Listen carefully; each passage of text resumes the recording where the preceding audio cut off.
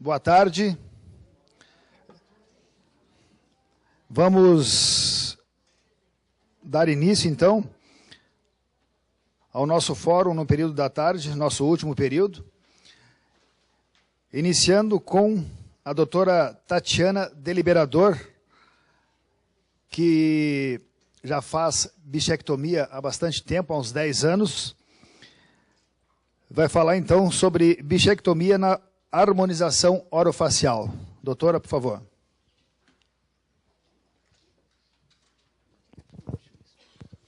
Obrigada.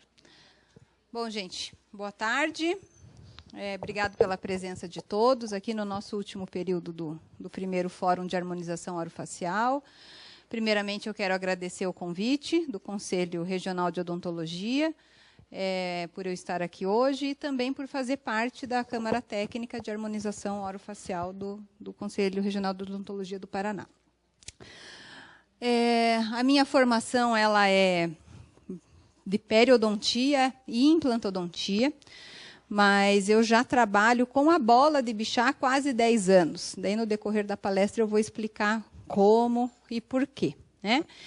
E devido a essa experiência de trabalhar com a bola de Bichat, quando surgiu, né, na mídia a técnica da bichectomia, nós iniciamos, montamos cursos e hoje nós já estamos próximos de quase 1000 bichectomias.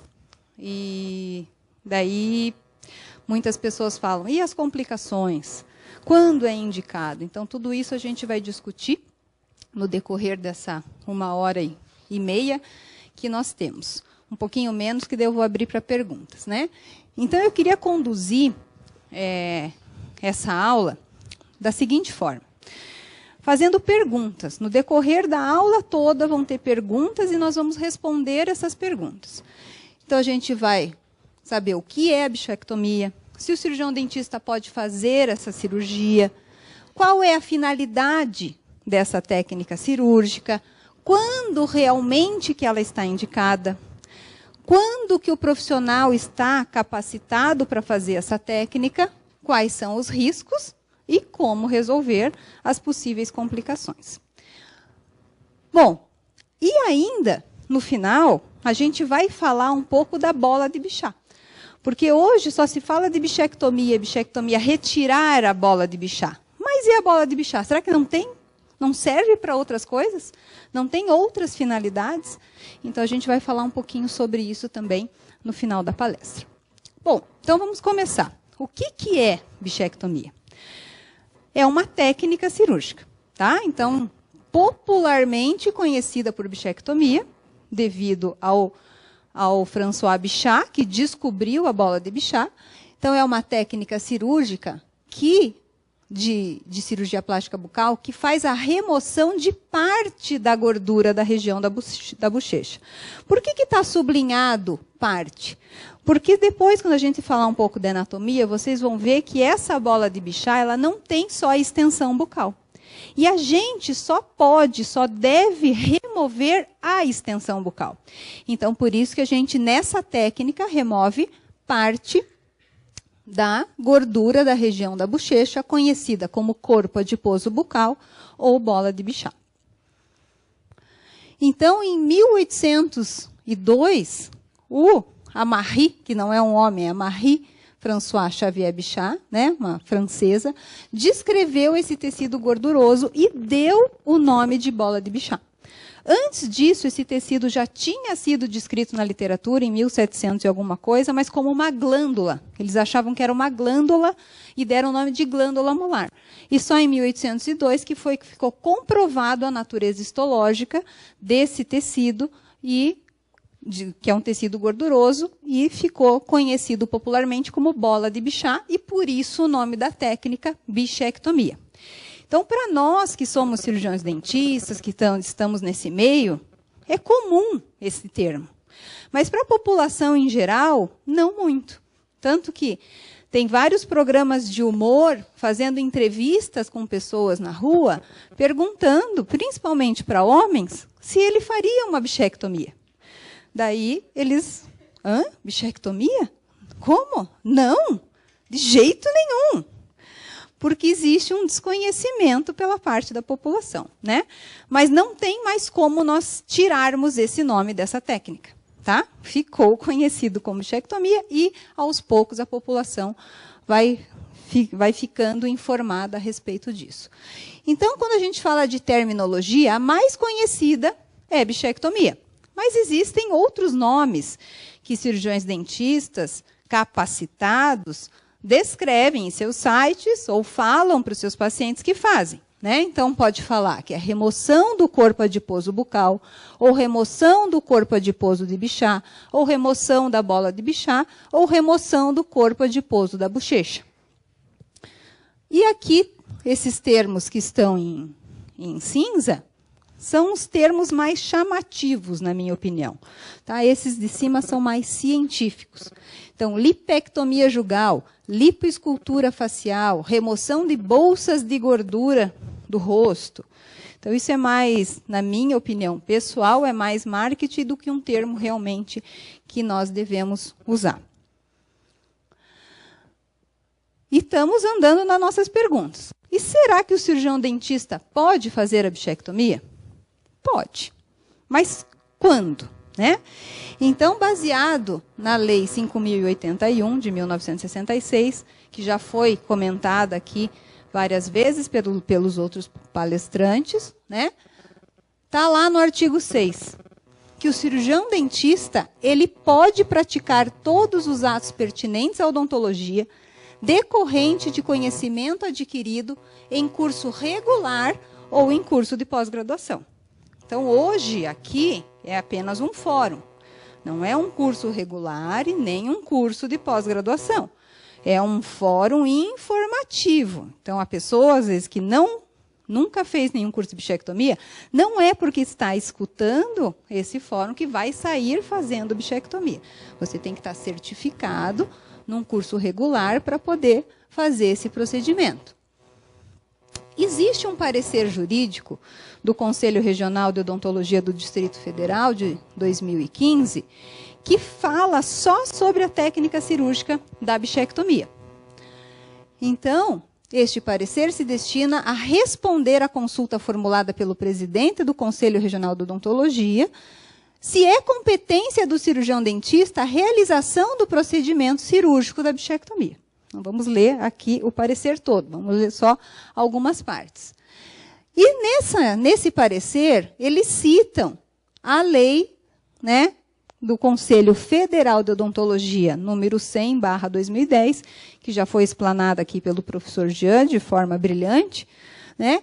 E no artigo 2 dessa resolução, perdão, não é de lei, fala que é competência exclusiva do médico o tratamento de neoplasias malignas, neoplasias das glândulas salivares maiores, o acesso pela cervical infraioide, bem como a prática de cirurgia estética. E ressalta que as cirurgias estéticas funcionais do aparelho mastigatório é competência do cirurgião dentista. Então, esse parecer, ele conclui com como? Né? Que entende-se que o cirurgião dentista é o profissional competente para realizar o procedimento de bichectomia. Nós podemos, né? Baseado até na Lei 5.081. Quando este procedimento for indicado para melhora do aparelho mastigatório. Sendo que, quando esta cirurgia for realizada para fins exclusivamente estéticos, isso é competência do médico. Então, se chegar um paciente no nosso consultório e falar assim, eu quero fazer bichectomia. Por quê? Porque eu não gosto do meu rosto. Só por estética. Legalmente, nós não podemos fazer, tá? Por causa da resolução 100/2010. Então, a gente só vai poder fazer a bichectomia com o objetivo de melhora do aparelho mastigatório. Mas aonde que está essa melhora? No aspecto funcional, né? Então, nós estamos certificados para fazer a bichectomia no aspecto funcional com consequência estética. Tá? Então, a finalidade para nós é funcional. E a estética, consequentemente. né? Então, o objetivo funcional é reduzir o mordiscamento da mucosa jugal. A maioria dos pacientes que vêm buscar a bichectomia nos nossos consultórios mordiscam a bochecha. Tanto que essa deve ser uma das primeiras perguntas que nós devemos fazer na nossa anamnese para esse paciente. Você mordisca a bochecha? Eles vão responder que sim. Hoje, aqui mesmo, ali no coffee break, tinha 2 alunas, porque ontem eu fui anestesiada para fazer bichectomia, mas não deu, porque aconteceu um problema lá no centro cirúrgico. E ela é magrinha. Eu falei, mas você mordisca a bochecha? Mordisco, professora. Eu tenho até a linha. Então, mesmo a pessoa sendo magrinha, ela pode ter um excesso dessa gordura e mordiscar a bochecha, tá? E, consequentemente, fazendo a cirurgia no aspecto funcional, o rosto da pessoa vai ficar mais fino e vai ressaltar a maçã do rosto. Não estou dizendo aqui que o paciente vem aos nossos consultórios com essa queixa. Às vezes ele não vem com essa queixa. Ele vem com a queixa estética. Mas na hora que você pergunta, sem ele imaginar por quê que você mordisca, ele vai responder sim. Então, a gente está associando as duas coisas, tá? Por que a bichectomia ficou tão famosa? Porque a mídia lançou essa técnica como uma técnica rápida, simples, com resultado estético fantástico, que todas as pessoas vão ficar lindas, como a Angelina Jolie, vão ficar lindas, como a Megan Fox. Será que é realidade? Não. A gente tem que saber o tipo de rosto que a paciente tem, se realmente ela tem indicação para isso. Uma coisa que eu gostaria que vocês observassem nessa foto é que, claro que ela já era linda, né? Mas ela fez outros procedimentos para deixar a face dela mais harmoniosa do ponto de vista dela. Que ela queria uma face mais magra. E junto com a técnica da bichectomia, o que a paciente fez? Perdeu peso. Aqui parece que preencheu os lábios com ácido hialurônico. Então, é o que está sendo discutido nesse fórum desde ontem, né? Que é um conjunto de procedimentos que buscam essa beleza, não só um, nem só outro. Tá? E se vocês colocarem lá no Google agora, técnica da bichectomia, aparece uma série de reportagens, inúmeras reportagens, vídeos, entrevistas no Fantástico, famosas falando que fizeram a bichectomia, tanto com médicos como com dentistas, né? Até o Bochecha, essa é engraçado. Até o cantor Bochecha faz cirurgia para reduzir as bochechas. Né? A queixa dele, claro, ele era bochechudo, mas ele mordiscava muito a mucosa jugal. Então, tem um motivo estético e funcional. Tá? Então, a mídia, gente, é aquilo que eu falei. Parece, para quem não conhece essa técnica, não faz essa técnica, que é uma técnica simples, que é uma técnica rápida, que todos os pacientes vão se recuperar em um período curto de tempo, vão fazer hoje, daqui 15 dias já estão lindos, perfeitos, com o rosto que desejaram, né? E que o resultado é muito satisfatório. É isso que a mídia passa para o dentista que não conhece e para o paciente. Então, o paciente chega nos nossos consultórios com essa ideia. A hora que você começa a falar todas as consequências que podem acontecer, o repouso que ele tem que fazer, medicação pré, medicação pós, exames, ele começa a ficar assim, mas espera, como? Eu achei que era tão rápido, tão simples. Não é, tá? Então, a primeira coisa que eu quero deixar registrado aqui é esse alerta. Não é uma técnica simples. Não é uma técnica com período curto de recuperação. Não é uma técnica com resultado satisfatório em todos os casos. Então, a gente precisa saber o tipo de rosto do paciente, como que esse paciente vai se comportar no pós-operatório, para a gente ter essas respostas positivas. Teve um problema com a cantora Ludmilla, Não sei se alguns viram essa reportagem, né? Que ela fez a cirurgia da bichectomia e ficou com o rosto paralisado. Depois eu não soube mais, mas acho que ela já está normal, normalizou. E ela fez com um médico, cirurgião plástico, só que o acesso que ele fez, pelo menos o que a reportagem fala, era extrabucal. E por quê? Médicos, geralmente, eles têm medo de colocar a mão dentro da boca do paciente. Não é o ambiente deles. Tanto que nos nossos cursos que nós ministramos de bichectomia, vêm médicos fazer curso conosco. E médicos dermatologistas, cirurgiões plásticos, médicos excelentes, bem conceituados. E quando o médico põe a mão dentro da boca do paciente, ele se perde, porque não é o ambiente dele. Então, mesmo o profissional sendo um cirurgião, ele tem que ter experiência naquilo que ele está fazendo, né? E o acesso extra-oral, gente, na minha opinião, é um absurdo, porque não é necessário. Depois, na hora que a gente for ver a anatomia, vocês vão entender o porquê, tá? Então, existem complicações. Nessas quase 1000 bichectomias que nós já fizemos, não sou só eu, sou eu e toda a minha equipe de professores da implantodontia, periodontia, meus alunos de pós-graduação, nós nunca tivemos nenhum caso, nem de parestesia, nem de paralisia, nem de nada, tá? Bom, quando que está indicada essa técnica? Então, a primeira coisa é devido ao mordiscamento da mucosa jugal. Então, essa é a primeira indicação. Depois que o paciente responder isso, nós temos que avaliar o tipo de rosto desse paciente, porque nem todos os tipos de rosto estão indicados. Então, vamos relembrar quais são esses tipos de rosto. Então, nós temos o rosto alongado, oval, quadrado, redondo e triangular. Quais são os rostos mais indicados? Está na mesma ordem. Só pelo formato do rosto, a gente já pode ter uma ideia.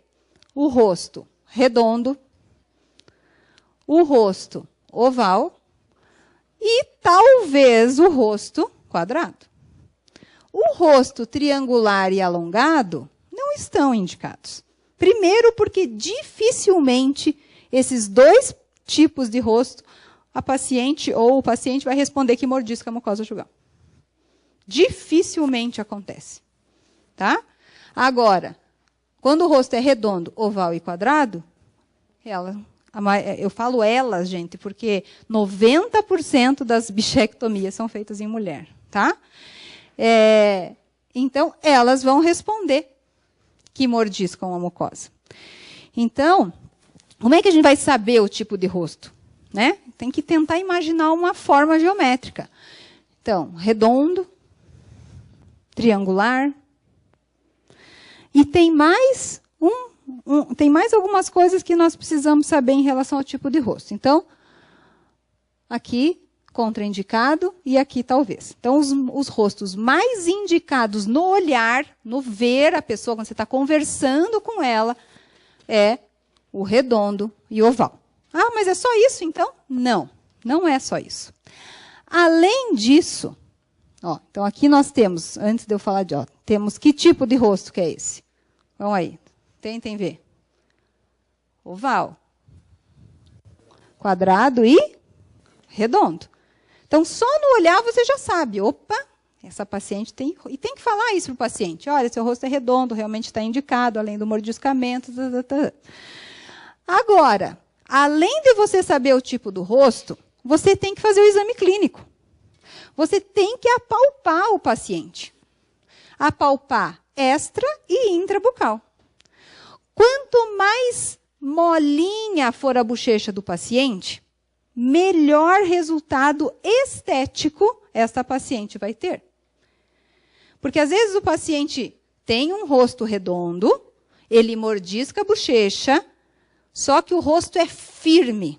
E aquele redondo não é pela gordura, é pelo músculo, é pela gordura subcutânea, é pela quantidade de colágeno da pele.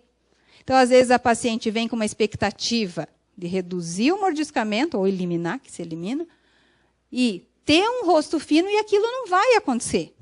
Então, é obrigação do cirurgião dentista falar isso para o paciente. Né? Olha, teu rosto é redondo. Ao apalpar, se apalpem assim, ó, assim que apalpa. Se vocês quiserem se apalpar, apalpa o colega aí do lado. Se o rosto é molinho, tem mais chance de marcar o rosto, de fazer o blush, né, que as meninas fazem. E vai apalpar intrabucal. Intrabucal, quando a gente apalpa, a gente sente a gordura. Um gordinho, quase indo para entre os dentes. Tá? Então, esses pacientes que têm o rosto flácido por fora e por dentro, são os que melhores respondem à técnica da bichectomia. O mordiscamento desaparece e o rosto afina. Agora chega uma paciente com o rosto quadrado. Ah, eu vim aqui porque eu quero fazer bichectomia. Daí a outra pergunta, eu já fiz a pergunta do mordiscamento. Ela respondeu que tem. A segunda pergunta é: me mostre aonde que teu rosto te incomoda. Daí a pessoa faz assim: ah, eu vim fazer bichectomia porque não gosto dessa parte aqui. Opa! Então, nós não estamos falando do mesmo objetivo. Porque se ela não gosta daqui, o que está deixando o rosto dela mais gordinho? É o músculo. E nós, na técnica da bichectomia, retiramos gordura. Então, ela tem que saber que ela pode fazer a técnica da bichectomia, porque ela mordisca. Mas o resultado estético que ela espera não vai acontecer. E, além disso, vai saltar mais. Porque se eu tiro a gordura daqui, o que acontece aqui? Não é que vai saltar, vai aparecer mais. Neste momento, entra de novo a associação dos procedimentos. Temos que fazer um planejamento de aplicação de toxina botulínica e assim por diante. Tá? Então, é muito importante a gente ter essa conversa com o paciente.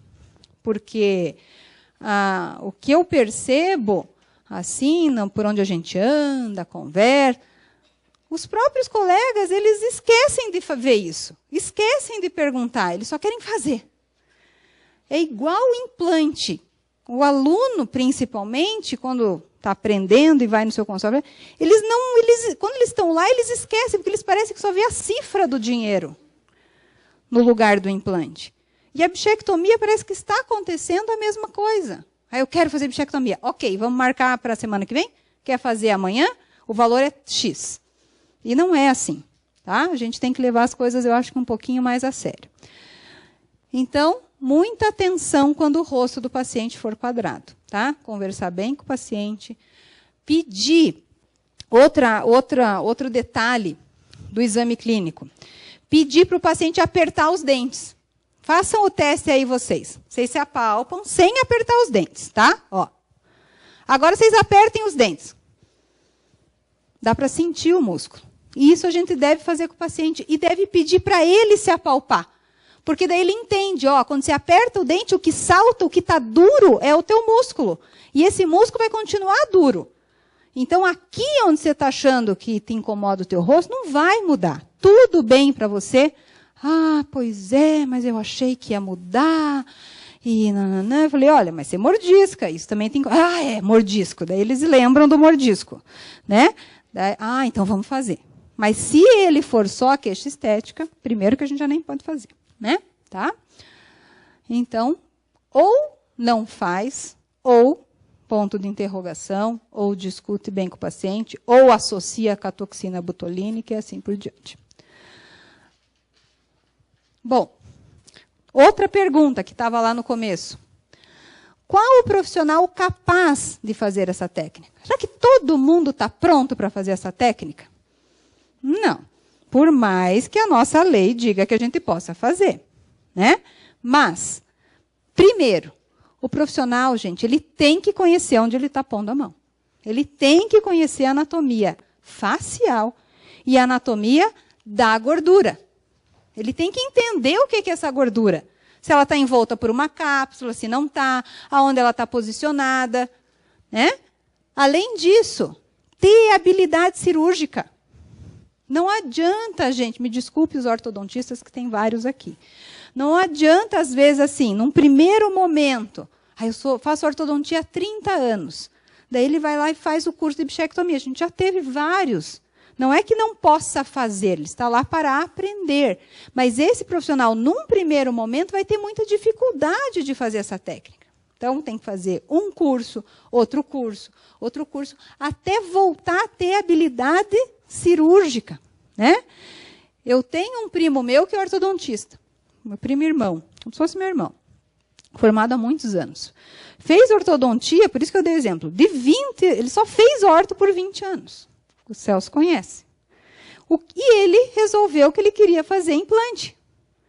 Ele falou, opa, mas eu não posso ir para implantodontia assim de cara. Então, ele fez vários cursos de aperfeiçoamento de cirurgia oral menor para voltar a ter mão para depois fazer implantodontia e também está fazendo bichectomia. Então, eu acho que o treinamento, gente, a capacitação é muito importante, tá? Outra coisa importante, o profissional ele deve ter um protocolo de atendimento no seu consultório. Deve seguir sempre esse mesmo protocolo. De pedido de exame, de foto, de medicação, se complicar, o que eu vou fazer. Usar uma técnica cirúrgica que conheça, que domine. Existem diferentes técnicas cirúrgicas para fazer a bichectomia, tá?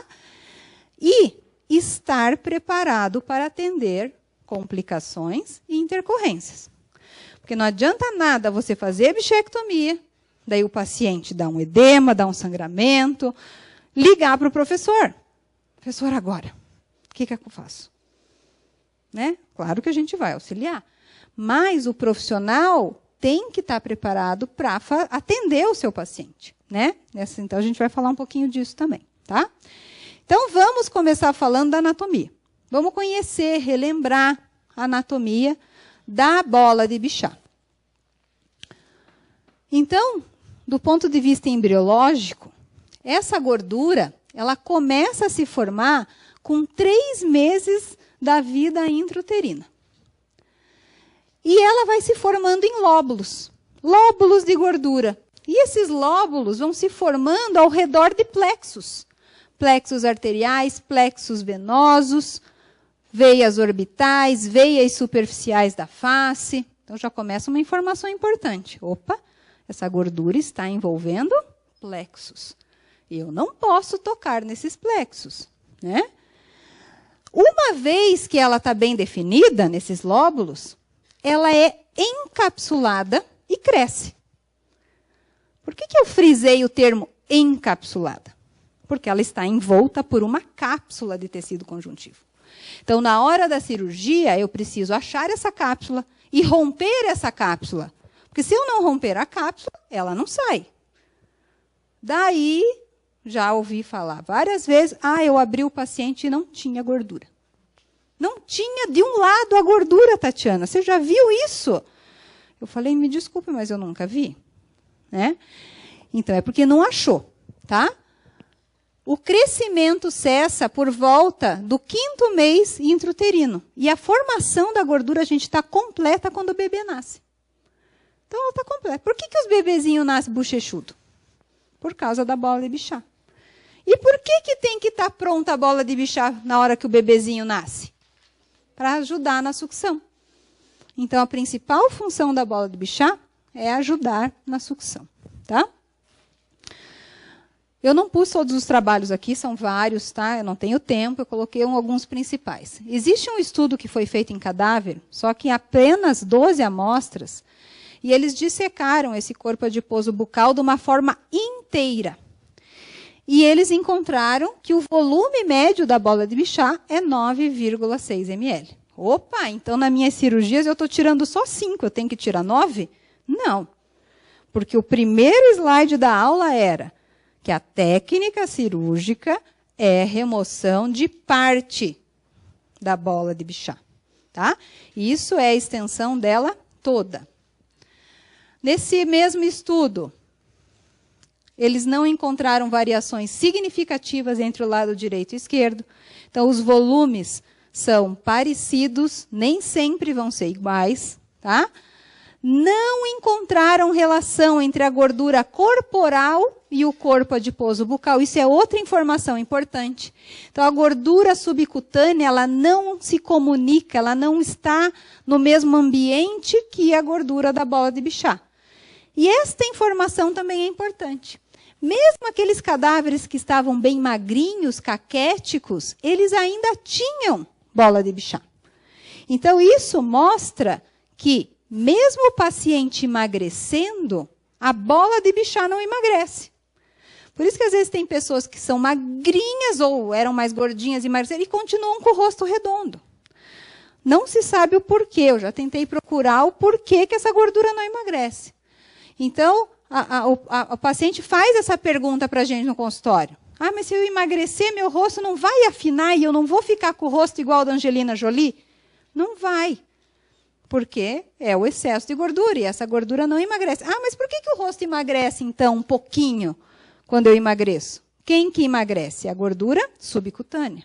A gordura que está embaixo da pele. E não a bola de Bichat. Tá? Bom, então, o que é essa bola de Bichat? Então, é um tecido gorduroso, encapsulado. Quem lê vários artigos de Bichat sempre tem esse termo encapsulado, que se localiza na região das bochechas, na frente do músculo masseter e superficial ao músculo bucinador. Está aqui. É esse tecido amarelinho. Então, músculo masseter, músculo bucinador, o ducto da parótida. Então, ela está entre dois músculos, com o principal objetivo de auxiliar na sucção. É como se fosse um amortecedor para esses dois músculos. Existe um exame que nós não temos aqui em Curitiba, que dá para identificar a gordura, né? Esse exame veio lá de São Paulo, e aqui eles isolaram só a extensão bucal da gordura. Depois vocês vão ver nos outros esquemas que ela vem até a região do temporal, né? Então, talvez daqui a um tempo, como a tomografia se tornou de fácil acesso a todos, talvez esse exame também se torne. Porque a gente consegue já saber, prévia à cirurgia, o tamanho do corpo adiposo bucal, né? É medido e a gente já sabe, então aqui tem 5 ponto alguma coisa, então eu vou tirar quase 5, 4,5 ml de gordura, certo? Então dá para isolar. Bom, esse corpo adiposo, ele possui 4 extensões. Então, aqui a gente está falando o tempo todo é a extensão bucal. É essa que a gente mexe, é essa que a gente tira, é essa que a gente pode pegar. Mas existem outras 3, pterigoide, temporal superficial e temporal profunda. Aqui nesse esquema dá para ver melhor. Então, aonde está a extensão? Ela tem um corpo principal, que é desse corpo principal que saem as extensões. Então, o corpo principal, desce eu tenho a extensão bucal. Sobe, eu tenho a extensão pterigoídea. E lá no temporal, eu tenho a extensão temporal. Embriologicamente, ela vai se formando ao redor de plexos. E a parte da gordura que envolve esses plexos são as extensões pterigoídea e temporal. Então, na hora que eu estiver fazendo a minha cirurgia, eu não posso ficar cutucando lá para cima. Porque se cutuca, pode complicar. Daí que começam as complicações. Tá? A gente mexe só na porção bucal. Então, aqui tem um trabalho do Hassani, que tem, acho que 30 páginas, só falando da anatomia da bola de Bichat. Então, esse ele conseguiu isolar de um cadáver formalizado, em formol, né, a bola de Bichat inteira.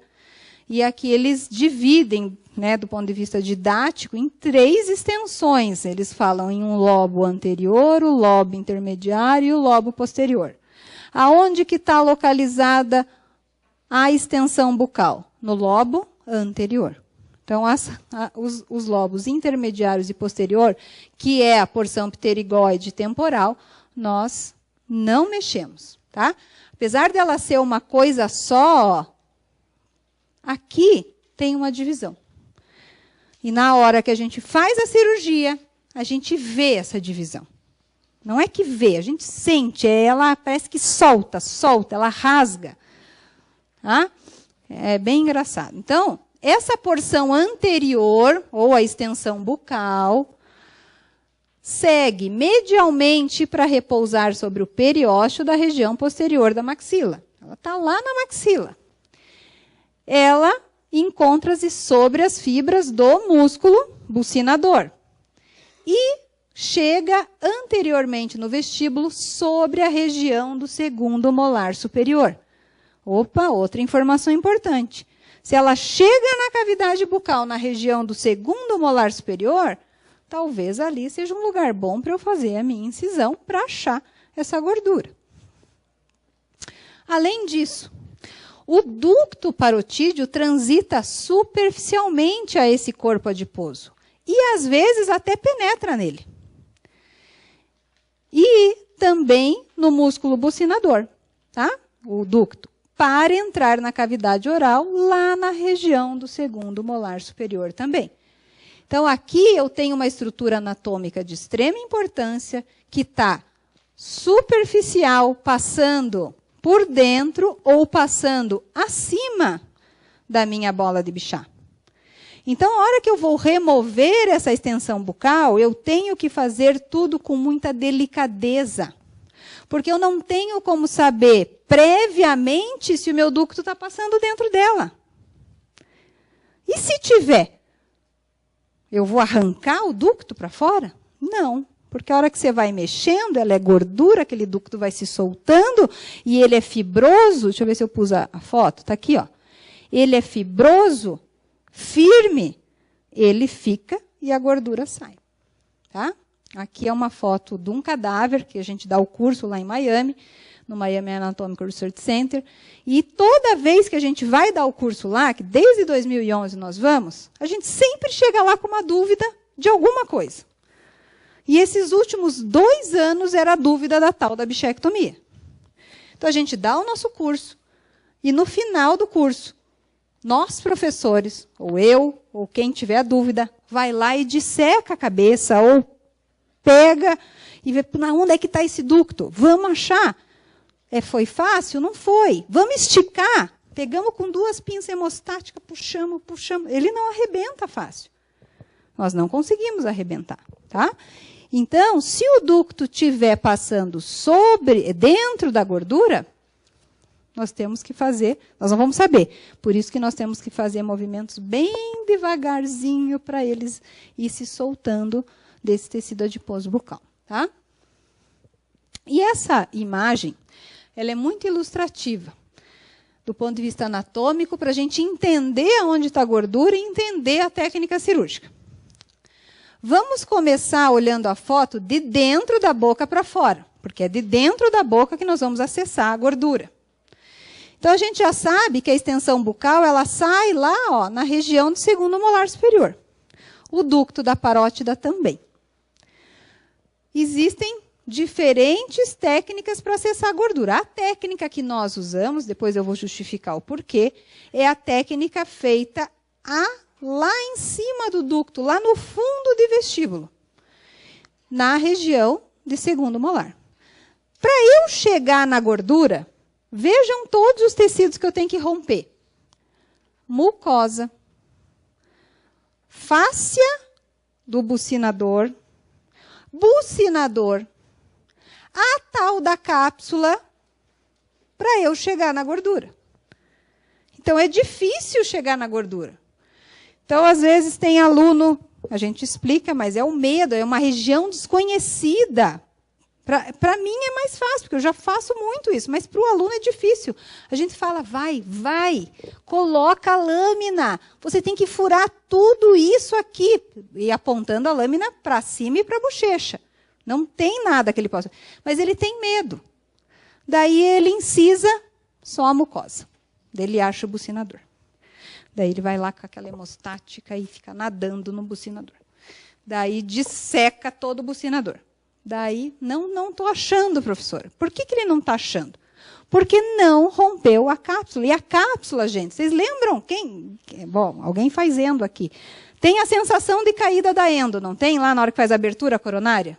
Tem ou não tem? Quando rompe a cápsula, é a mesma sensação de caída. Porque você está com um negócio firme e, de repente, cai num vazio. Não é num vazio, cai num mole, que é a gordura.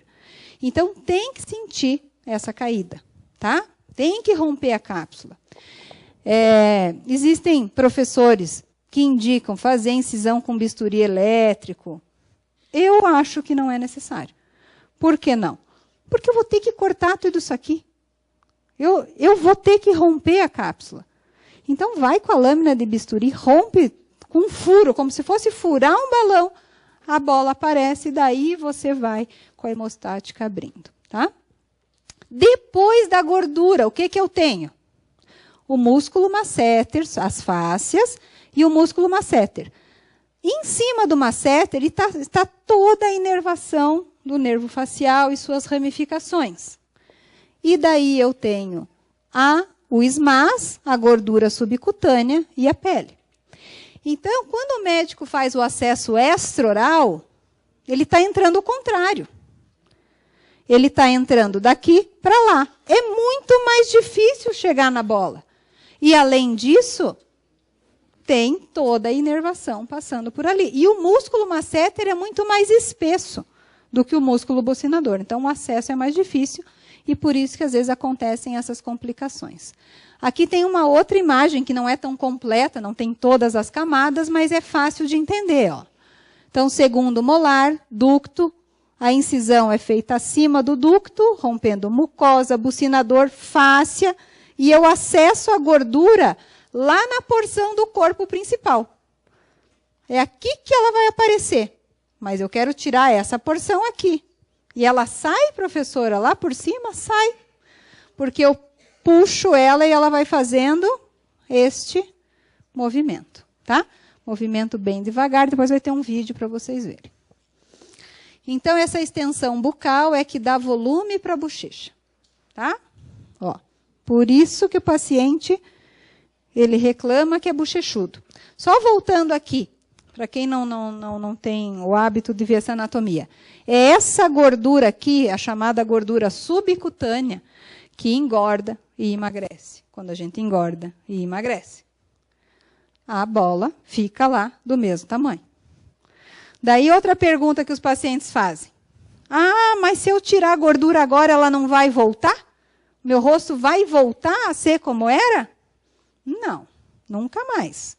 Pode ser que engorde devido à presença da gordura subcutânea. Mas como era, não, porque você está tirando um pedaço relativamente grande da extensão bucal da bola de Bichat. Tá? Aqui mais uma imagem, mostrando agora o ducto da parótida. Né? O ducto não, a parótida, perdão.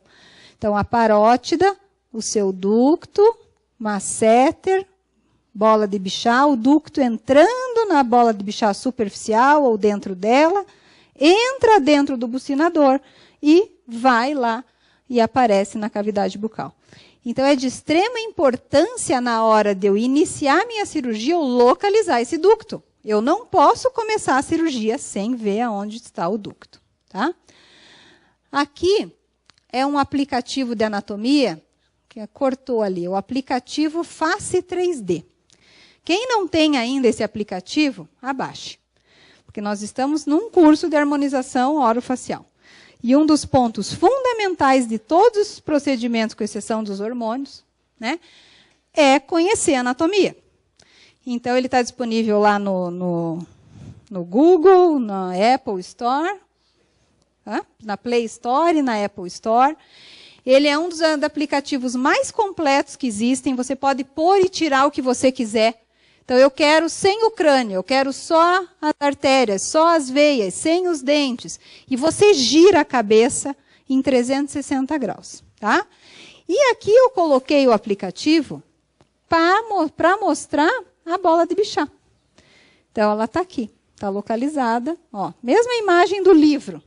Eu tenho a parótida, o ducto da parótida, né, entrando na bola de Bichat e depois vai ter o músculo bucinador.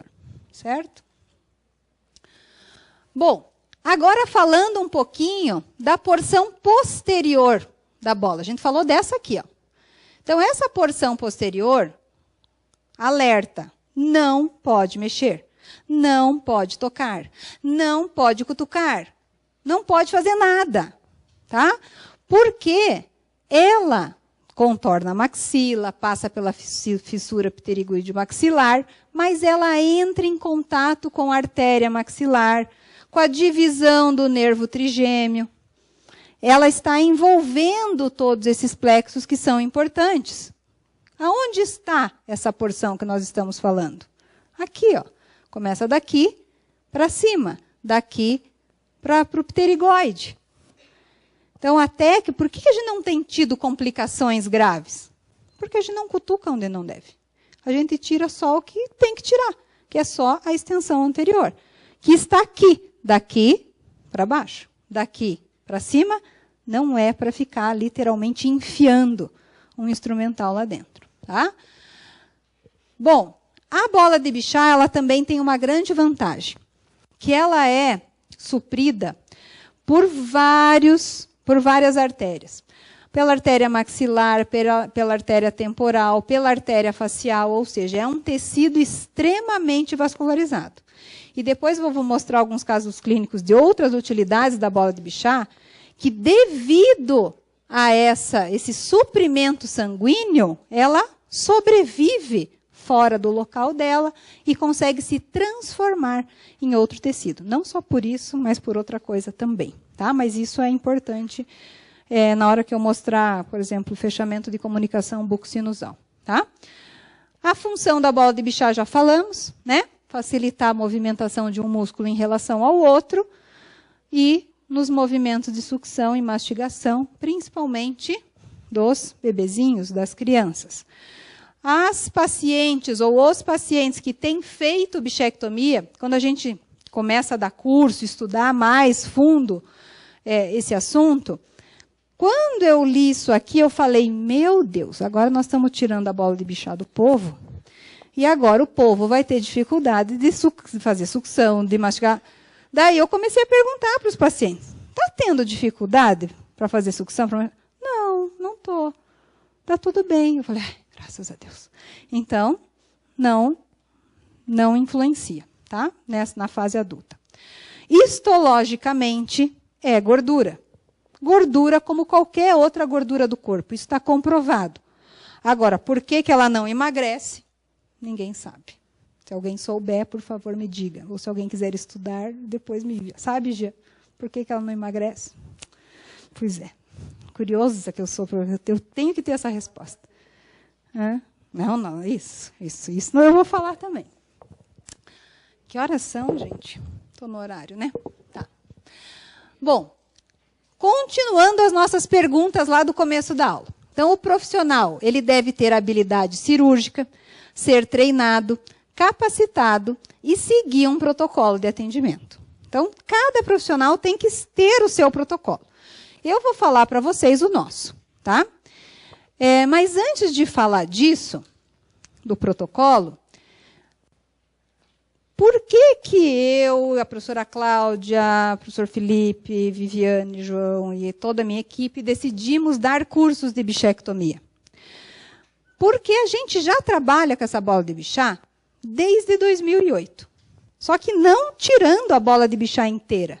A gente tirava só um pedacinho para fazer enxerto, para fechar a comunicação bucosinusal, para melhorar, às vezes, concavidades maxilares do ponto de vista estético, para fechamento de lesões de furca, usava como membrana no lugar de um enxerto conjuntivo ou no lugar de uma bioguide. Tá? Então, essa habilidade cirúrgica da nossa equipe vem de tempo. E devido a essa intimidade com a gordura, é que a gente falou, agora já que estão tirando inteiro, vamos tirar também, né? E daí a gente segue sempre a mesma técnica desde 2008, que já vou mostrar para vocês. Então, o protocolo de atendimento que a gente criou é esse aqui. Tem vários alunos meus aqui, não tem? Quem é meu aluno aqui? Ok, de especialização tem lá. Eu não falo para vocês fazerem isso aqui? E quando vocês não fazem, o que eu faço? Né? Então, é verdade. Porque tem que seguir o protocolo. certo?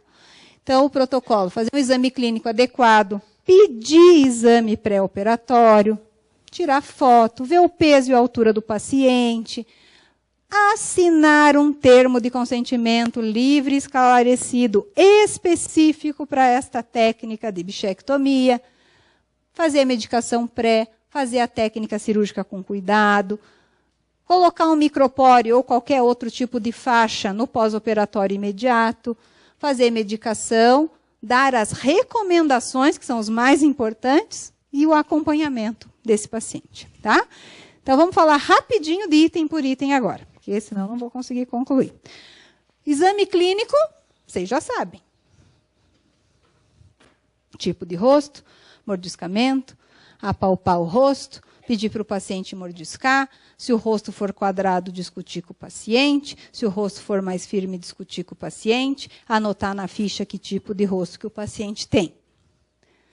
Se a paciente estiver acima do peso, está proibido de fazer bichectomia? Não, não está.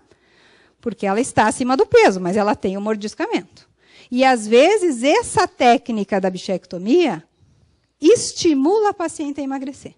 A maioria dos pacientes que fazem bichectomia emagrece. Ah, mas emagrece porque tem que ficar lá comendo só líquido. Não, não é por isso, não. É um estímulo. A pessoa já vê o rostinho mais fino. Ela fala, opa, é agora. Tá? Claro que o ideal seria perder uns quilinhos antes. Mas não está contraindicada a técnica. Tá? Porque a nossa técnica está indicada para a eliminação do mordiscamento da mucosa jugal. Bom, exames pré-operatórios são esses que nós costumamos pedir, os exames mais comuns, né? Hemograma, glicemia e coagulograma completo. Fotos padronizadas, tem que tirar foto. Todos os procedimentos estéticos aqui falados, tem que ter esse protocolo de foto, tá? Foto de frente, de lado, em 45 graus, de cima, de baixo, para acompanhar depois, né? Ver o peso, pode fazer o índice de massa corporal. O termo específico, e nesse termo, que aqui, esse é o termo que a gente usa agora, aqui na Universidade Positivo, nos nossos consultórios, nos cursos, já está bem maior que esse. Mas está escrito aqui, ó, com finalidade funcional de melhoria do sistema mastigatório. Tem que estar escrito isso no termo, porque é isso que a gente pode fazer. Se a paciente lá na frente quiser te processar porque você me obrigou a fazer bichectomia, eu não queria, porque você me falou que eu era feia, porque você falou que tinha que melhorar a estética. Não é estética só, tá? A gente costuma anotar nesse termo a quantidade de gordura que saiu, de um lado, do outro, deixa isso registrado, quantos ml, qual lado que começou a cirurgia, se complicou alguma coisa, se sangrou mais de um lado que do outro, porque tudo isso influencia na hora de uma complicação. Ah, o meu rosto está mais inchado do lado direito e esquerdo, porque o paciente que faz bichectomia, ele atormenta você no WhatsApp. Atormenta. É uma coisa insuportável. Você falou tudo para ele. Ele leu. Ele assinou, mas chegou em casa, WhatsApp. Doutora, meu rosto está mais inchado do lado direito que esquerdo. Daí você, tá, vou olhar a ficha. Ah, eu comecei pelo lado direito, então vai inchar um pouco mais às vezes. Doutora, às vezes também não é só injeção, gente. Às vezes é real, né?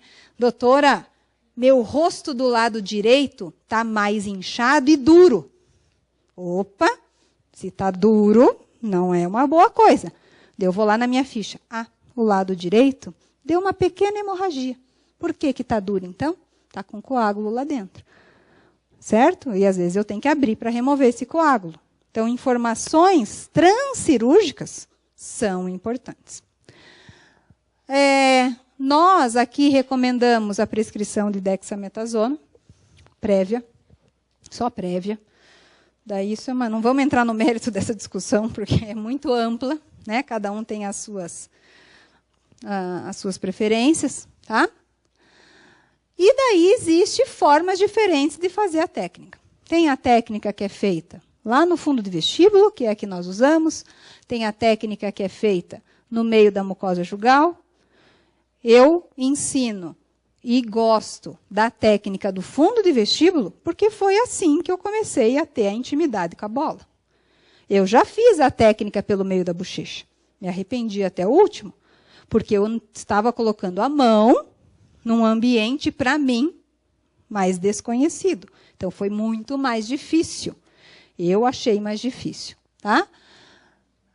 Precisa ter os instrumentais necessários para fazer a cirurgia. Então, pinça hemostática, seringa descartável para ver quantos ml saiu. Não é só uma seringa, são duas, né? Várias pinças.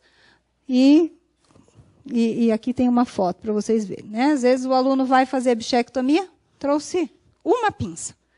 Gente, uma pinça é difícil de fazer a cirurgia. Não é que não dá, mas atrapalha, porque ela é uma gordura que você puxa, ela volta. Então, você tem que ir segurando. Né? E anestesia, né? Então, dentro da técnica, a antisepsia extra intrabucal. Vou falar um pouquinho da antisepsia intrabucal. Às vezes tem profissionais que também não dão bola para isso na bichectomia. É de extrema importância que o paciente bocheche a clorexidina, 0,12%, tem que ser clorexidina, durante 1 minuto cravado no relógio, porque a clorexidina só faz efeito se bochecha por 1 minuto. Ah, por que tem que bochechar tanto essa clorexidina? Você sabe aonde o paciente pôs a boca 1 hora antes de estar no seu consultório? Não sabe, né? Não sabe. Então, está cheio de bactéria lá dentro. Então, tem que bochechar, porque uma bactéria que cai na hora que você faz a incisão, naquele mundo escuro e vazio, é perfeito para ela se proliferar, dar infecção e assim por diante. Tá? Nós já tivemos casos de infecção pós-operatória. A gente não pode afirmar que foi por isso, mas a gente acredita que foi. Certo? Porque... Não vou falar nada, depois eu mostro. Bom, anestesia. Tem que bloquear o nervo alveolar superior posterior. Um tubete de anestésico bloqueando, o paciente não sente dor nenhuma na cirurgia. Por que não sente dor? Por que tem que bloquear? Porque a gordura, gente, a gente está falando desde o começo, ela envolve todos esses plexos. Então, se eu anestesio ali e faço um pouquinho de infiltrativa depois para reduzir o sangramento, pronto. E agora vamos para a incisão, né? Então, a incisão com lâmina 15, preferencialmente. Aqui a posição está mais para a maxila, na foto não está correta, ela é mais para a bochecha, a incisão.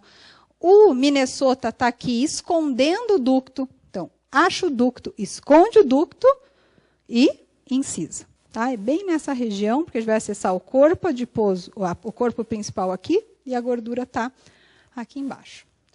Deixa eu ver se eu consigo pôr o vídeo para vocês.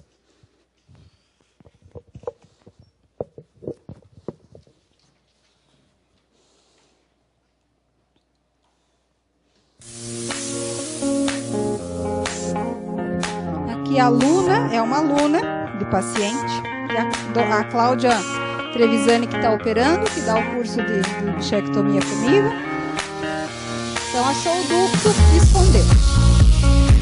Aqui, como a gente queria fazer um vídeo para a aula, a gente foi incisando devagarzinho para mostrar as camadas.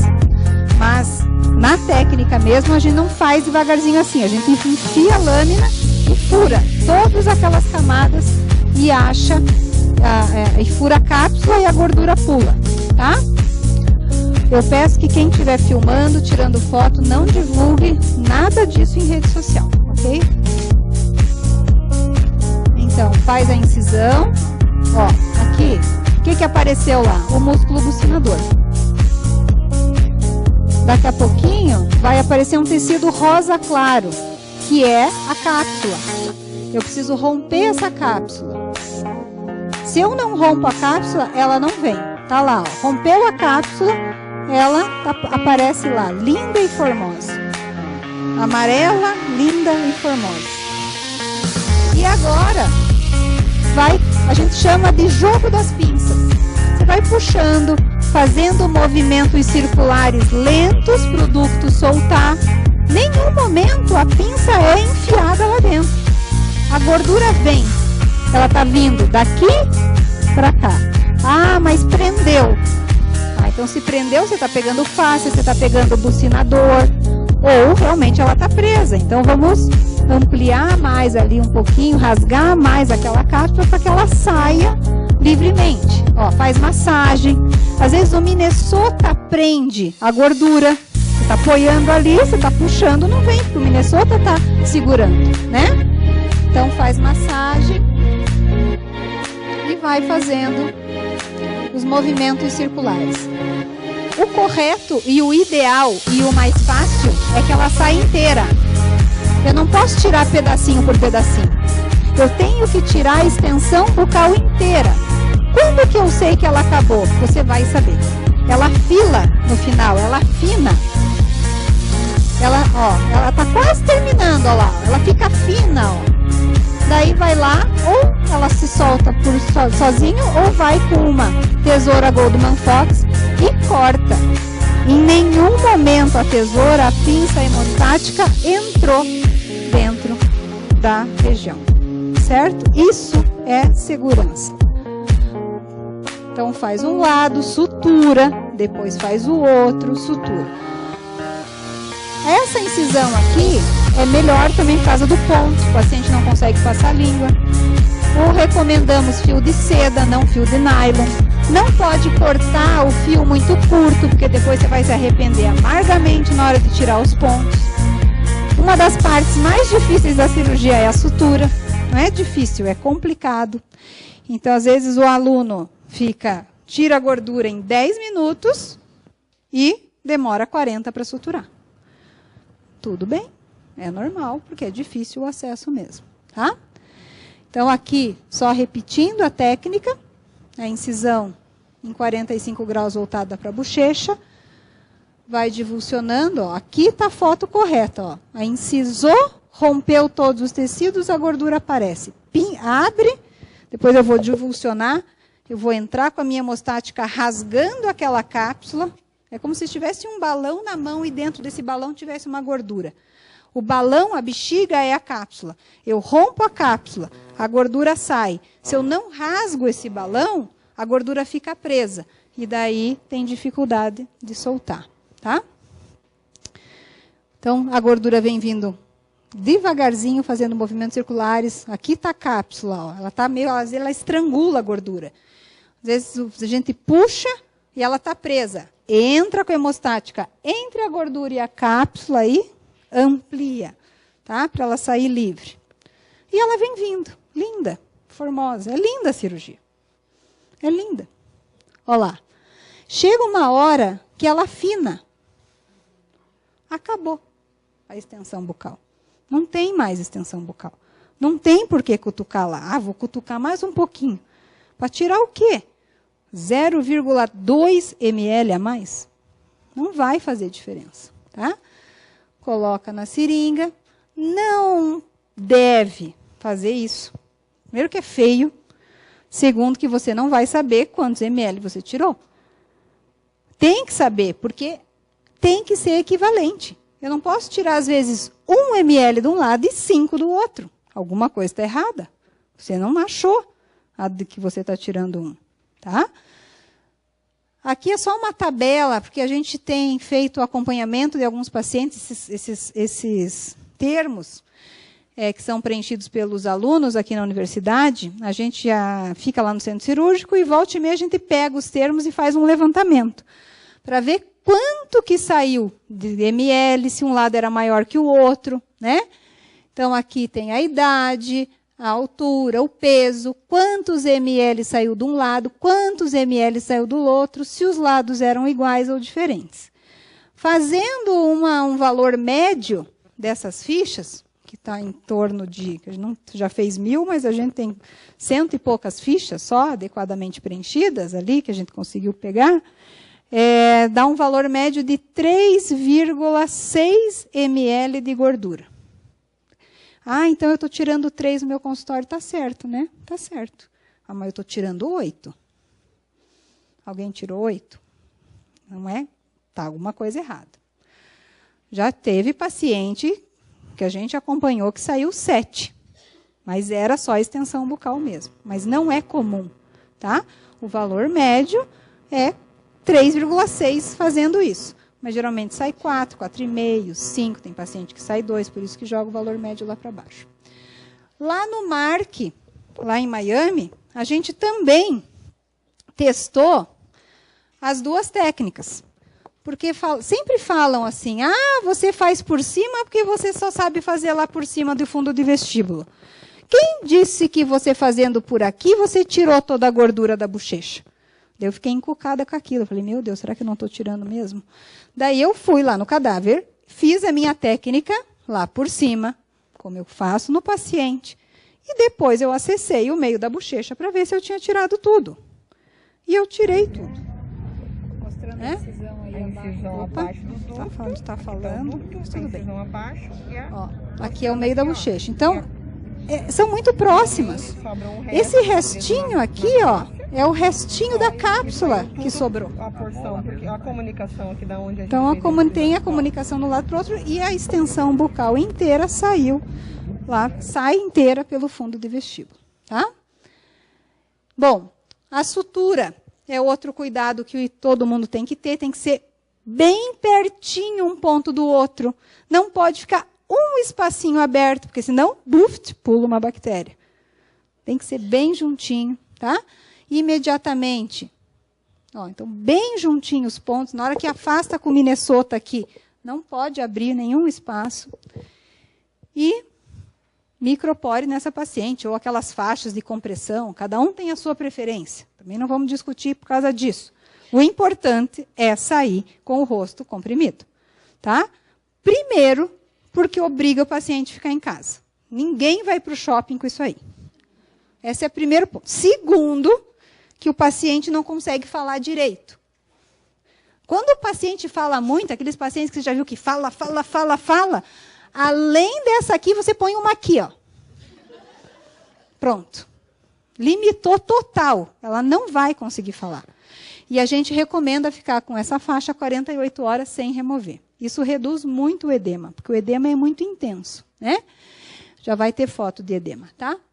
A medicação, antibiótico, analgésico, anti-inflamatório. Esse é o nosso protocolo e bochecho de clorexidina neles. Está aqui o que a gente preconiza, tá? A medicação, então, amoxi com clavulanato, nimesulida, paracetamol e bochecho com clorexidina, com início 24 horas depois. O que vai acontecer com o paciente? Edema. Um edema considerável. Daí você explica para o paciente, teu rosto vai inchar, mas vai inchar muito. Isto é normal. Ele chegou em casa, WhatsApp. Doutora, meu rosto inchou. Né? Que chato, eu expliquei que ia inchar. Mas eles se assustam. Então é bom mostrar a foto. O que é normal? Ter pouca dor. É uma cirurgia que não dói no pós-operatório. Se estiver doendo, tem alguma coisa errada.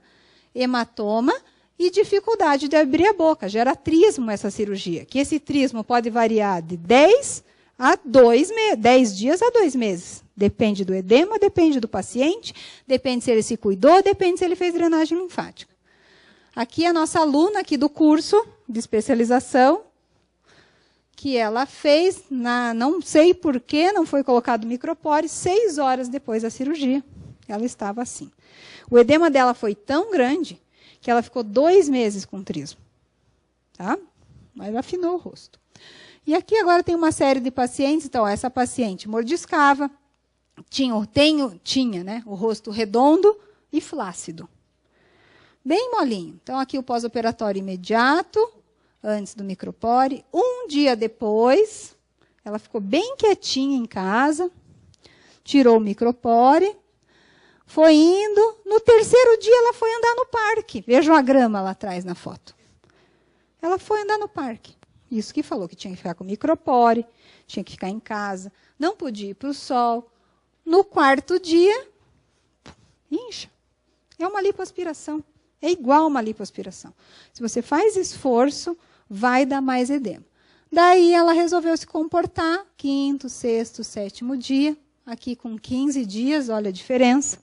Tem paciente que com 15 dias não tem esse aspecto, às vezes demora 30, 40, depende. Você não pode prometer para o paciente que vai acontecer isso em 15 dias. e aqui em 60 dias. Então, por que que deu esse resultado bom? Porque o tipo de rosto era indicado. Tá? Então, afinou bem. Oi? Ela não emagreceu. Não emagreceu. Aqui, uma paciente que tem o rosto mais quadrado. Tá? Ó, o rosto quadrado já não é tão gritante a diferença. Com 30 dias, mas melhora. Afina. Mas não é gritante como o do rosto redondo. Então, tem que falar isso para o paciente. Rosto quadrado, de novo. Essa paciente, quando ela chegou, ela falou, isso aqui me incomoda. Não, mas peraí, não é aí, é aqui. Não, mas eu quero fazer porque eu mordisco, ok. Mas vai saltar o teu masseter. Daí a gente falou, depois você aplica a toxina. Tá bom, olha aqui como salta mais. Certo? Então, fica mais aparente. Se a gente não fala, daí complica.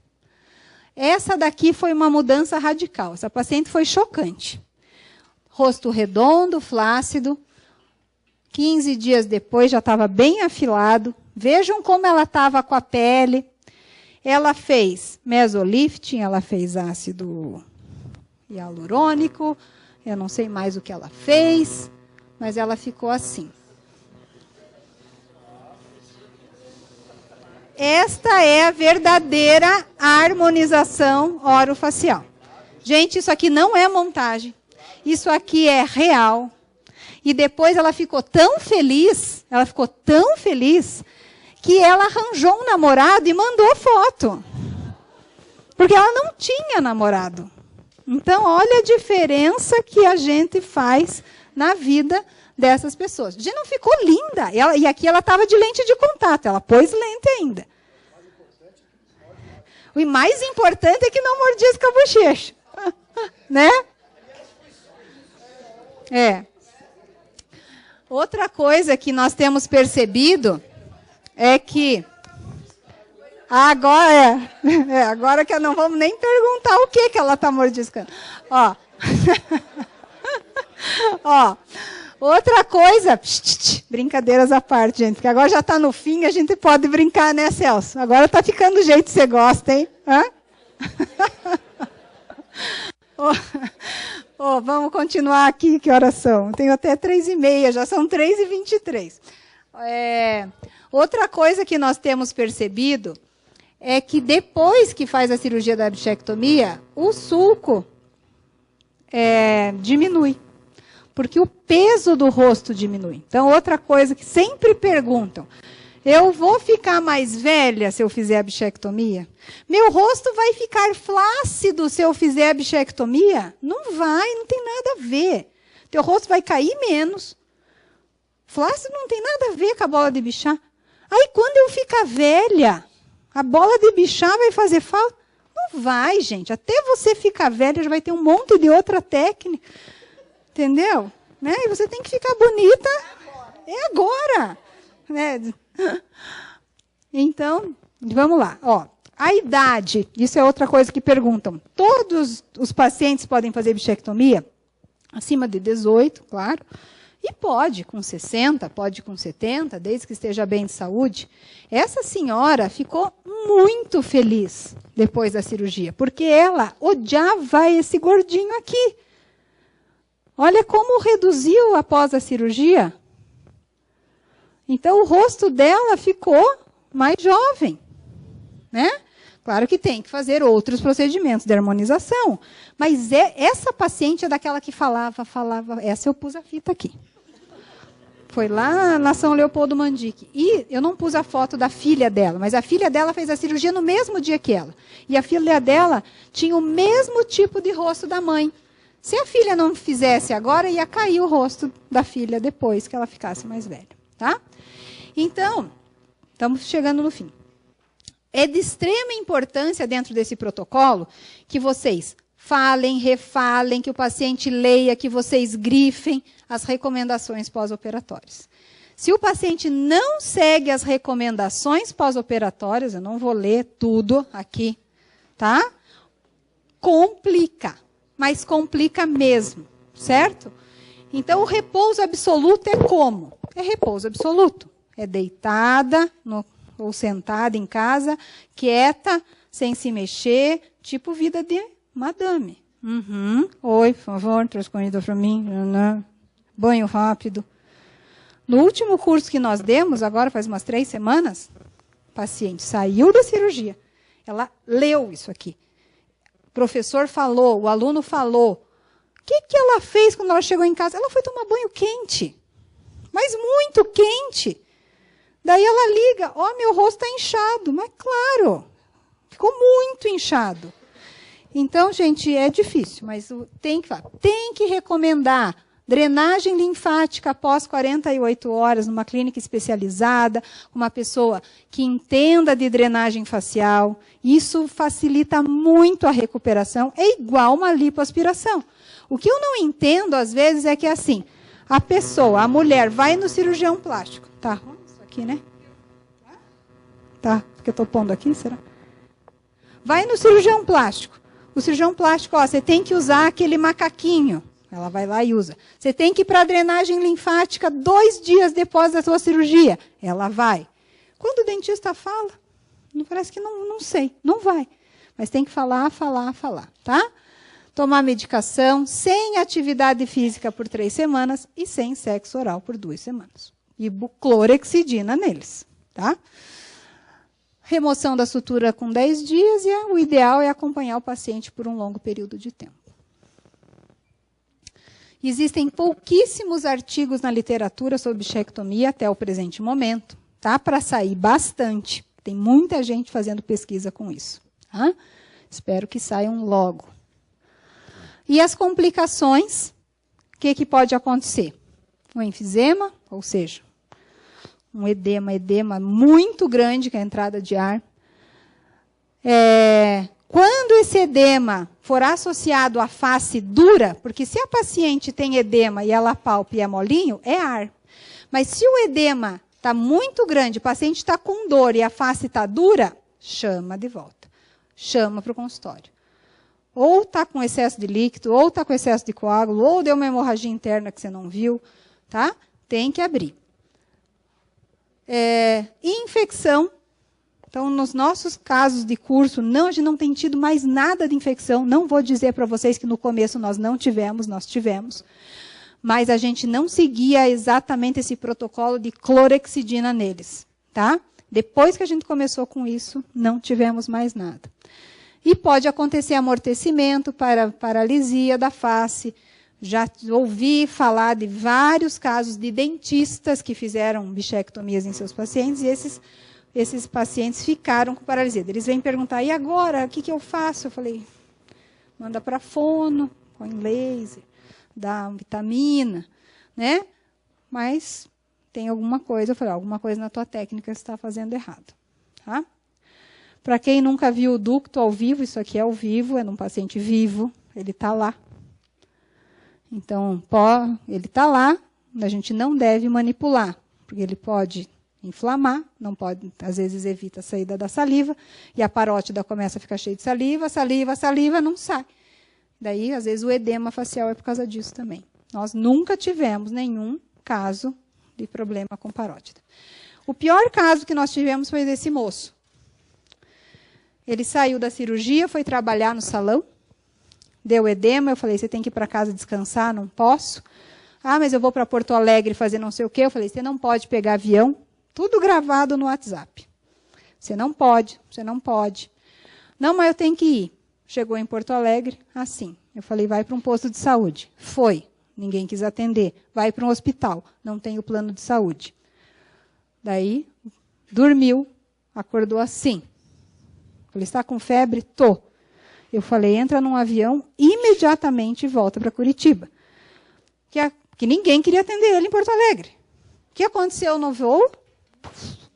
Explodiu dentro da boca, claro. Daí, drenou.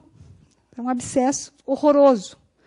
Então, esse menino, ele não cumpriu nada do que nós pedimos. Nada. Nem o repouso, nem o micropore, nem a medicação, nem a clorexidina. Tá? E aconteceu isso. Teve que abrir, drenar, ficou um dia no hospital internado, com medicação endovenosa, etc, etc, etc.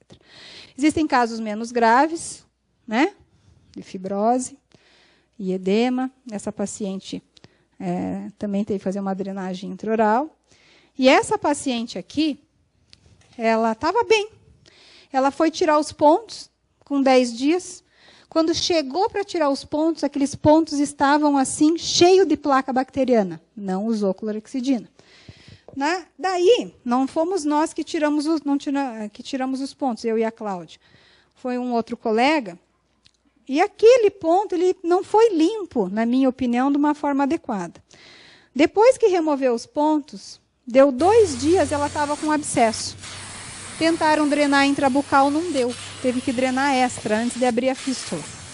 Então foi encaminhado para um colega bucomaxilofacial que fez a drenagem desse abscesso extraoral. Tá? Tem que drenar. Então a clorexidina, gente, é muito importante. E aqui, se o profissional não souber exatamente onde ele está pondo a mão, pega o nervo facial, pega a ramificação e assim por diante. Então vamos só deixar rodar o vídeo aí para vocês verem a quantidade de pus que sai do abscesso. Então vai fazendo o acesso, vai divulsionando os tecidos, né? Divulsiona o masseter, tudo aquilo tem que divulsionar até chegar lá na cavidade vazia, que agora está com pus, entre o masseter e o bucinador. Mas ela ficou bem depois, não ficou com cicatriz, não ficou com nada. Opa, esse som aqui, não sei o que estão falando.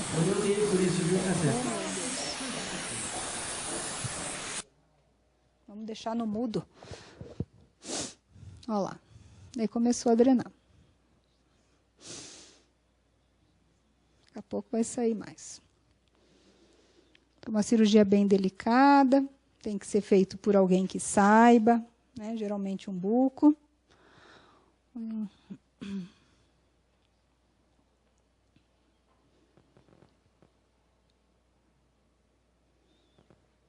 Não é, às vezes, fácil, num primeiro momento, de drenar, tem que ir apalpando, dissolvendo aquele abscesso. E agora que colocou intrabucal, já vai sair aí. E vai saindo, né? O paciente tem que ficar em observação, tomar o antibiótico, claro.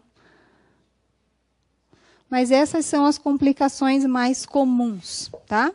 Mas depois que a gente pede a clorexidina, o antibiótico, a faixa, a drenagem, não tem mais acontecido nenhum tipo de problema. E só para finalizar, eu queria falar para vocês que a gente fica falando de tirar gordura, tirar gordura, tirar gordura, porque é moda tirar gordura. Mas essa gordura é importante para outras funções, para outras finalidades. E tem sido removido tanto essa gordura que vai ter que entrar na nossa anamnese se você já fez bichectomia. Porque se você quiser usar essa gordura para outra finalidade, às vezes você esquece de perguntar e chega lá e não tem mais a gordura, tá? Então, ela é usada para uma série de coisas. Isso está tudo com registro na literatura. O mais comum é o fechamento de comunicação buco-sinusal. Tem muitos artigos publicados, tá? Então, um dos pioneiros foi esse autor, em 1977. Então, vou colocar um caso aqui, para vocês, um caso completo, que tem comunicações que são muito extensas. Elas aparecem como uma fístula intraoral, e, às vezes, só girando um retalho não é suficiente para fechar essa comunicação. Então, como é uma região próxima à bola de Bichat, a bola de Bichat é muito usada para fechar comunicações extensas. Então, é necessário preparar o leito, tirar todo o epitélio, abrir um retalho, tirar todo o tecido de granulação que existe ali naquela comunicação. E a bola de Bichat está bem aqui, ó. É o mesmo acesso que a gente faz para a cirurgia de bichectomia, só que aqui via retalho. Né? O que vocês estão vendo aqui? Que músculo que é esse? Bucinador. Rompeu o bucinador, ela aparece.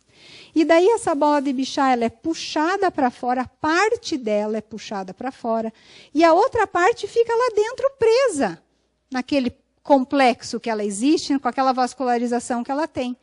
E ela pode ser deixada suturada sem retalho.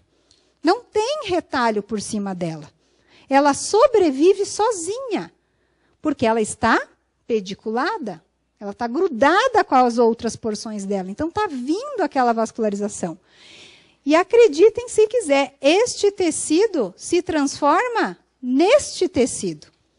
Então, o tecido epitelial, o tecido adiposo, perdão, a partir do momento que ele entra em contato com o primeiro tecido, é nesse tecido que ele vai se transformar. Por quê? O que está na moda agora? Célula-tronco. Então, o tecido adiposo tem célula-tronco. Tá? Foi por causa desse artigo que eu comecei a trabalhar com bola de Bichat. Para quem é periodontista, sabe que esse padrão de recessão gengival é imprevisível de recobrir. É uma classe 4 de Miller. Nada recobre isso. E esse autor recobriu. Quando eu vi, eu falei, não, o cara está de brincadeira. E ele recobriu com a bola de Bichat pediculada. Mesma técnica de fechamento de comunicação. Então, acessou. E a técnica que a gente usa para fazer bichectomia eu aprendi nesse artigo, tá? Que é o artigo do Haddad, que foi publicado no Journal of Periodontology, uma das revistas mais importantes da periodontia mundial. E ele deixou pediculado, raspou, né? Limpou tudo isso aqui, raspou, fez orientação de higiene, colocou a bola de Bichat pediculada e vejam o acompanhamento. 1 semana, 2, 3, 4, 8. Esse tecido, ele literalmente se transformou em outro. Como? Parece milagre. Eu fiquei assim, falei, puto, o cara conseguiu fazer. Depois surgiram outros artigos fazendo a mesma coisa, mostrando radiograficamente que além de cobrir a recessão, forma osso. Forma osso, tá? Então, teve sucesso clínico, recobriu. Aqui estão as medidas do tamanho da recessão, 9, 8 e 11, passou para 1, 2 e 1. E por que isso aconteceu? Porque sofre epitelização, tem alta vascularização e tem célula-tronco. Biópsias feitas após 3 meses do pós-operatório mostraram uma camada epitelial e de tecido conjuntivo fibroso subjacente sem a presença de tecido adiposo. Ou seja, o tecido adiposo se transformou em tecido epitelial e tecido conjuntivo. Isso está comprovado cientificamente. Depois nós fizemos vários trabalhos, e um deles mais importante é a dissertação da Cláudia, que é que dá o curso comigo de bichectomia, que foi a dissertação de mestrado dela, que nós fizemos o tratamento de recessão gengival com bola de Bichat, mas agora não pediculada, na substituição do tecido conjuntivo. Então, um grupo recebeu um pedacinho da bola de Bichat, e o outro grupo recebeu o Gold Standard, que é o enxerto de tecido conjuntivo. Quem é periodontista sabe que essa é a técnica padrão. Essa é a melhor técnica para recobrir recessão gengival, né? E os dois grupos não tiveram diferença. Aqui são as fotos do Haddad, mostrando exatamente a mesma técnica que a gente faz até hoje. Tá? Foi aqui que a gente aprendeu. E aqui o resultado pós-operatório. O grupo que recebeu enxerto de tecido adiposo, não pediculado, foi tirado só um pedacinho. Ah, mas esse pedacinho que você tirou não vai deformar o rosto do paciente? Não, gente, é um pedacinho de nada. Vai fazer falta nenhuma, não vai modificar o rosto. 3 meses e 6 meses. Então, estatisticamente, não deu diferença. O que importa isso para mim? Que eu consegui uma outra técnica que é tão previsível quanto a do conjuntivo, só que o conjuntivo gera uma dor pós-operatória muito intensa no paciente. Isso aqui não tem dor, só tem edema, tá? Está publicado, depois quem tiver interesse eu posso passar o artigo. E nós fizemos várias pesquisas em animais com esse tecido. Então a gente tem uma intimidade muito grande com a gordura. Nós temos vários artigos publicados em ratos, nós fizemos em coelhos, tirando o enxerto do bichinho da barriga ou aqui do pescocinho e enxertando na calota. Para mostrar que o enxerto, quando ele é macerado, porque toda vez que a gente vai enxertar, a gente tem que macerar, apertar ele, cortar para ele liberar água e expor, né, as células mesenquimais diferenciadas, formou osso, gente. Então, isso aqui era um estudo só de enxerto de tecido adiposo. Eu estou tirando o enxerto, como se eu tirasse de mim, da minha barriga, e enxertasse na minha boca. Eu tiro da bola de Bichat e enxertasse na minha boca. Só que antes de enxertar, eu macero. Tá? Então, isso é enxerto. Então, a gente trabalhou e comprovou que ele tem essa capacidade. Só mais um caso, ó, uma lesão de furca grau 2. Foi usado o tuber, que também tem gordura. O tuber dentro da furca. A bola de Bichat como membrana. O que aconteceu com a furca? Praticamente fechou. Clinicamente, não tinha mais profundidade de sondagem. Histologicamente, não posso dizer se formou cemento e ligamento, mas clinicamente tratou. Tá? E daí, a gente já sabe, na literatura, que gordura tem célula-tronco. Que gordura? Lipoaspirada. Mas e a gordura da bola de Bichat? Será que tem célula-tronco? Tem. E isso é a dissertação de mestrado da Gabi, que está fazendo agora, que está aqui. Sou eu, disfarçada, e a Gabi. Dentro do Centro de Tecnologia Celular da professora Moira. A professora Moira está aí? Não. Professor João? Também não? Puxa vida. Só na hora que eu falo deles, eles não estão. Mas tudo bem. Nós temos, né, o Centro de Tecnologia Celular, a Curitiba Biotech, dentro da Universidade Positivo, que abriu as portas para a gente fazer esse tipo de pesquisa.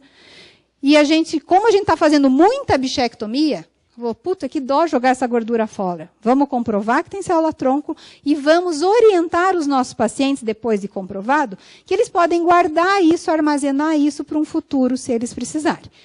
Então, só tem um artigo publicado comprovando que a bola de Bichat tem célula-tronco. Ele comparou ainda com a gordura subcutânea. Tá? E aqui é a foto, uma das fotos da dissertação da Gabi. As células-troncos estão dando oi para vocês. Nós estamos aqui, nós existimos. Então, o que a gente tem que pensar para o futuro? Primeiro, que a gente não pode só tirar gordura. A gente pode usar ela para outras coisas. E segundo, que a gente tem que pensar em armazenar essa gordura, assim como a gente armazena, né, a polpa do dente descido, porque se um dia a gente precisar, vai estar lá congelado. Isso é célula-tronco mesenquimal, é uma célula-tronco que pode ser usada para qualquer tipo de problema que a gente tenha a vir no futuro. Não é uma célula-tronco hematopoética, não é uma célula-tronco embrionária, é uma célula-tronco mesenquimal que se diferencia no primeiro tecido que ela achar. Vocês viram, se diferenciou em tecido epitelial, conjuntivo, se diferenciou em osso, se eu colocar em cartilagem, é cartilagem, se colocar em músculo, é em músculo e assim por diante. Tá? Então, gente, era isso. Passei um pouquinho do horário. Muito obrigada pela atenção. Aqui tem meu e-mail, se alguém tiver alguma dúvida, tá? Obrigada. Nós agradecemos a professora e colocamos a palavra para quem tiver alguma dúvida. Nós temos tempo, com certeza. Qualquer dúvida sobre o que ela falou. Eu já faço uma primeira pergunta. Você falou em o tecido adiposo. Então, quer dizer que no enxerto livre, eu não preciso mais tirar aquele tecido adiposo? E aquilo vai se transformar em conjuntivo? Só que a única desvantagem de você não tirar a gordura do enxerto gengival livre é que ele vai ficar mais espesso. Daí, esteticamente... Mas a gente não pode dizer que se você deixar aquela gordura e aquela gordura em contato com a tua raiz, vai formar cemento. Isso não vai formar cemento, porque o que ele está tocando? Em dentina, eu não tenho mais cemento. Mas você não precisa mais tirar. Exatamente. Vai melhorar a tua cicatrização. Se alguém tiver alguma pergunta, eu estou à disposição. Nós vamos ter que dividir o microfone. Você pergunta... Ah, não? Tá bom.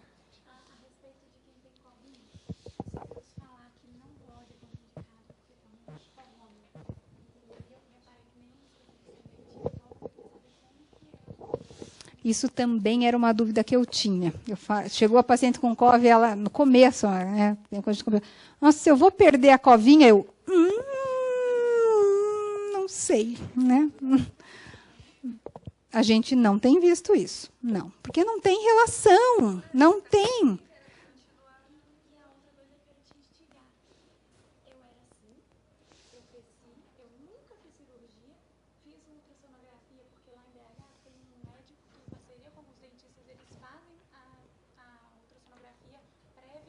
A cirurgia. Daí eles enxergam dúvidas, enxergam se a técnica se a passa sobre ou não. Ah, bom saber. Essa técnica Da ultrassonografia. Ah, depois você me passa. Daí eu me submeti a esse exame para entender, porque realmente eu sempre tive esse sulco, apesar de ter sido bochechudinha. E eu não tenho gordura. Você não tem gordura? Pois é, isso eu também não sei. Eu também era bochechuda e não tenho, nunca fiz cirurgia. Por mais que todo mundo veja, você fez cirurgia, você fez cirurgia. Não fiz cirurgia. Não fiz. Juro pela minha filha que eu não fiz. Quem me conhece sabe que eu não fiz. Oi? Ah, é que está gravando. Você tem que falar lá no microfone. Pergunta de novo. Nossa, vou lembrar.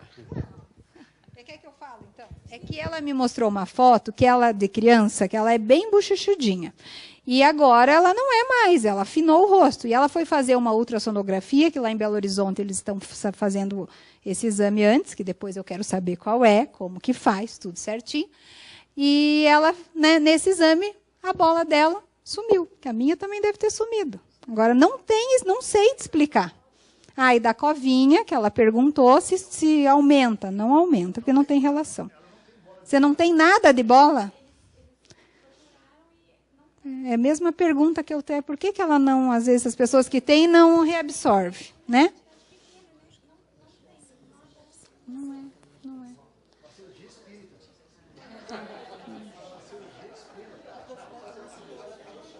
Né? Eu acho que você deve ter mamado muito quando era pequena e a gordura absorveu, né? Pergunta para tua mãe se não é isso. Hã? É. Muito bem, professor, agradecemos imensamente, foi fantástico. Esperamos que nos encontramos futuramente com mais informações. Agora, por favor, vamos ao coffee break. Muito obrigado.